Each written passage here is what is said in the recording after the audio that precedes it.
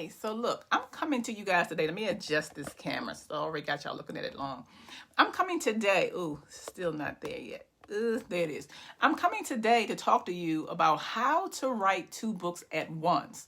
If you don't know who I am, I'm T Styles. I own and operate the Cartel Publications, and I publish psychological thriller dramas.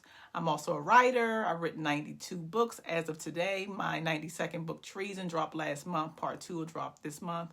And I'm also a coach. I teach people how to build their book businesses through story structure, marketing, and publishing. And I do that through the Elite Writers Academy, my membership, which is the Elite Writer Squad. We meet twice a month for classes, and then every week on Monday at 7 o'clock p.m. so that I'm able to make sure that they are staying on task. So I'm all around everything writing. So with that being said, I'm also a big person who stands strong with being prolific. That is my entire focus, making sure that my clients and my students are prolific. And the reason why I'm really hard on that is because I want people to be able to do this when they want to do it. I want them to earn a full income. I don't want them to have to worry about feeding their families. So with this video today, we're going to talk about how to do it. I'm going to give you some tips on how to do it. Let's go into why. I'm looking at my notes, okay? First off, why do it? First of all, writing 2 books at once is awesome if you are writing a series. So if we are trying to figure out why even do it, the fact that if you're writing a series and you can have 1 book done and then the next book done, which is what I'm famous for, I like to do 2 books at once, really will help keep you on pace. So that is the very first reason. The second reason is writing 2 books at once can alleviate boredom, specifically if the second book that you're writing is outside of the genre. Let's say you're writing an urban fiction novel, right? And then you want to get into a nonfiction book that's totally off topic. By being able to go in between both books, you're giving yourself a break, and you are able to have fun that way. Okay, the third thing is that it helps you get ahead of your writing schedule. By writing your book simultaneously, now you can give yourself like 3 months period break if you are someone like myself who is constantly writing. And as opposed to, I got to continuously stay on this hamster wheel where I got to put out product. So get into the habit of doing that for that alone. Third is to prevent changes in your upcoming novel that may cause problems. So say you are doing a book series, we're back on that.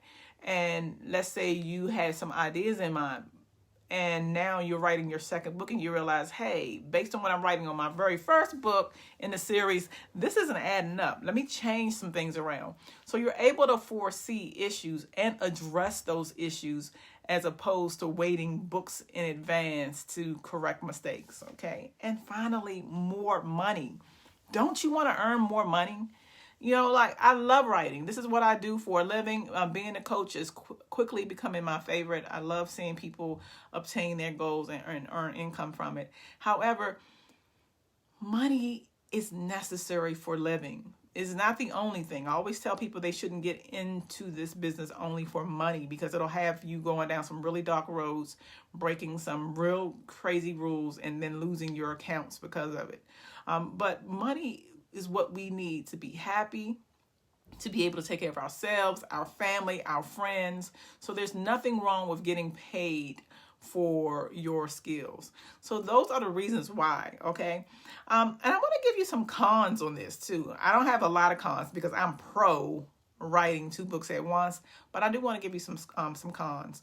One con can be that it can cause delays without a plan. So say you are writing 2 books at once, and I'm going to show you some tips on how to do that. But let's say you are writing 2 books at once, and then you're skipping between books.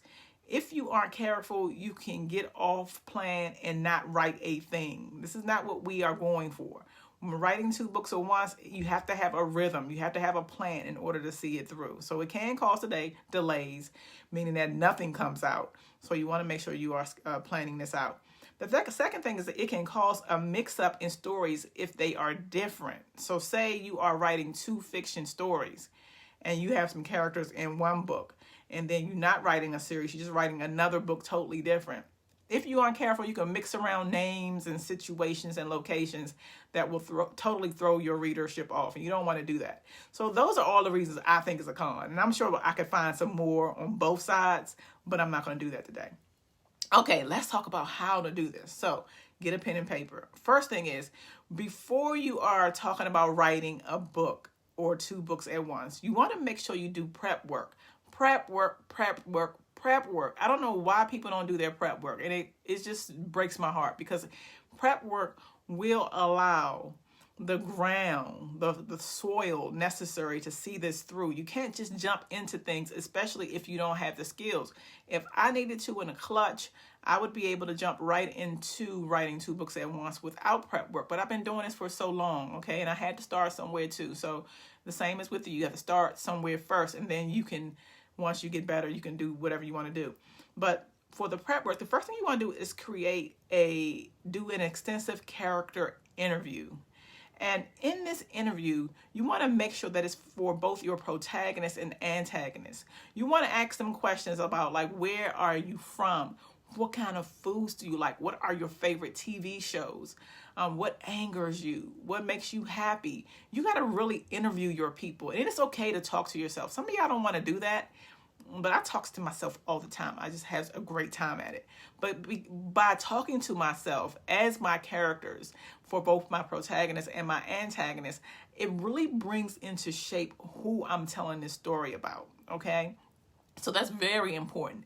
Make sure you do a character interview sheet, okay? If you don't have one, go to theelitewritersacademy.com, put in character interview sheet. One will come up. It has over 100 questions. It also has some character shape so that you can really get into it. And, like, if you're using it for GoodNotes, say you buy that PDF and you download it on GoodNotes, you can do some things with the hair, color the hair out. I mean, it gives you a lot of more leeway as opposed to just a regular character interview sheet, okay? The next thing is you want to outline your books for the first manuscript and the second manuscript. Now, if you don't want to do an extensive outline, because sometimes people are afraid of outlines. I don't know if it's because they feel like it's more work, or they are afraid to realize that their story doesn't have any legs. It could be a number of reasons, but you want to outline. If you're not going to do an extensive outline where it's chapter by chapter, then what you want to do is make sure you're asking yourself the basic questions that you should all know before you sit down to write a book. What is the reason you're telling your story? What does your protagonist want? What are the messy traits that are preventing him or her from getting what he or she wants? Who is the antagonist? How will they stop the protagonist from getting what they want? In the end, will they get their goal, or will they just be resolving their messy traits? Because we have to have an arc. You want to at least answer those basic questions before you start, and it needs to happen for both. Also, you want to write your first and last chapters. The reason why I like writing the very first and last chapters for both manuscripts, so for manuscript A, first and last, for manuscript B, first and last, is like I'm locking the door. I'm not turning back. I have spent time writing something for both books. There's nowhere to go but up. But the last chapter is very unique because at least you now have a guideline. You know where you're going, right? Because you want to make sure that you are going toward a certain way when you're writing these books. Otherwise, it's going to get all over the place. So writing the first and last chapter for each is the best way. I always joke around with my students and my clients that not knowing where you are going, meaning the end, is like coming to pick somebody up. They say, where are we going? And you say, I don't know. Let me out. I'm not going. I always say that. But that is the same way. The beauty about endings, though, is that they don't have to be cemented.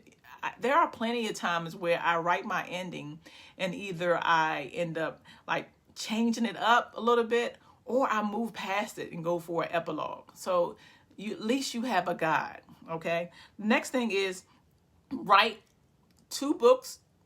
Write your first book on 2 days. So let's say Monday to Tuesday. Write your second book on Wednesday and Thursday. So what you don't want is to work on one book or both book rather on the same day. So in other words, don't write A and B on Monday and then Tuesday A and B. We don't want you to do that. So book A, Monday, Tuesday, book B, Wednesday, Thursday, and book And on the 5th day, you take a breather.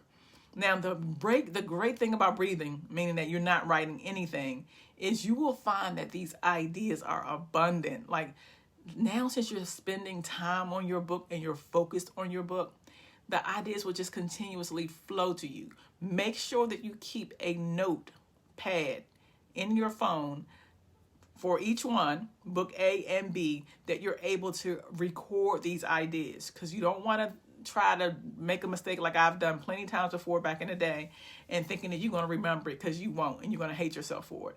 So give yourself that system. 2 days for the first book, 2 days for the second book, and then a breather. Okay? And then finally take notes. Even if you are working on book A on Monday, Tuesday, if you get some ideas for book B, don't go into book B and begin writing book B. You have to be disciplined, babies.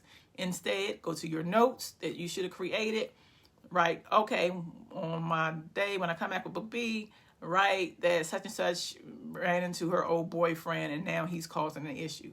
That's how you stay on plan. I really hope this helps.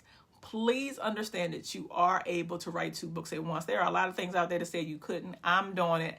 I do this for full time. So take it from somebody who is doing it. You can.